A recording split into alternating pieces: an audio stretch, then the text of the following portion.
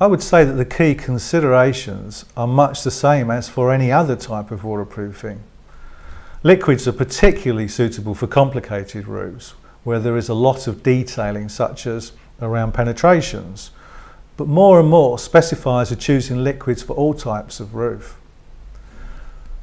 When the project is refurbishment, the condition of the existing roof must be taken into account, especially when overlaying existing coverings, since the attachment of any new layers can be dependent upon the existing layers.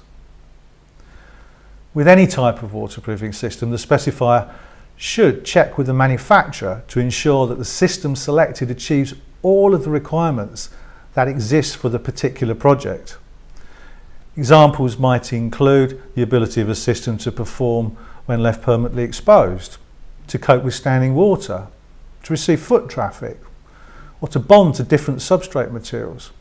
But such qualifications should be applied to all types of waterproofing.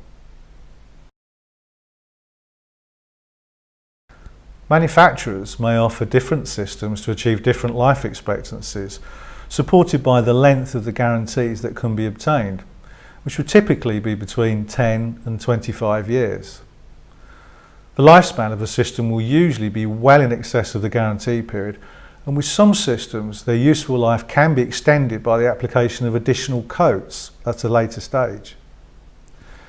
It's important when choosing any system and supplier to consider how long you want it to last, what time of the year the work is going to be carried out, what kind of warranties are provided, who will be installing the system, and what quality control system is in place to ensure that it will be installed correctly. The training of contractors and their operatives is taken extremely seriously within the LRWA. All manufacturer members are required to operate an approved contractor program, which includes both theory and practical training. Thickness is important and can be controlled in a number of ways, including wet film measurement using conventional film gauges, or the use of carrier fleeces that become an integral part of the membrane, or with the use of application equipment that regulates the amount of material that is being applied. LRWA run a specialised apprenticeship program that includes basic training to cover application of all the main types of liquid waterproofing currently in use within the UK.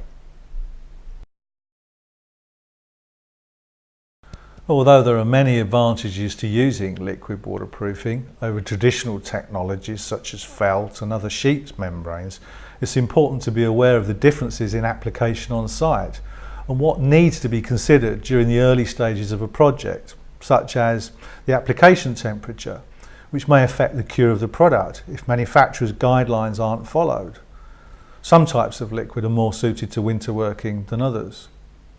The condition of the substrate that is to receive the intended system and what preparation can be achieved within the allocated program. Also, any specific personal protection and handling requirements on site.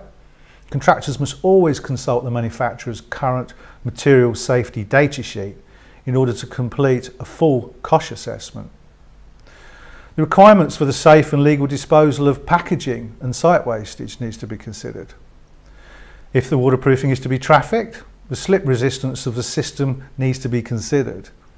With some systems, this can be provided by the addition of a finish coat that contains embedded aggregates. Need to consider what plant and equipment will be required and what access is available for this. Will the site allow hot applied materials to be used?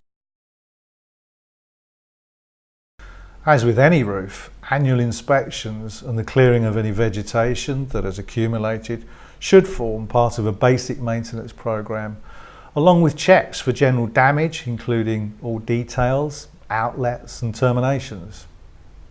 Formal arrangements and ideally a maintenance contract should be made that can include the inspections with documented reports such that any issues can be rectified before they are allowed to deteriorate.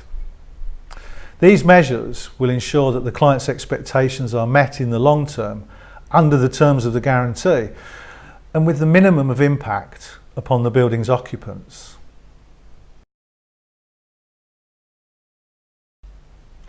All of our members report continued growth throughout the recent years of recession and are forecasting this trend to continue.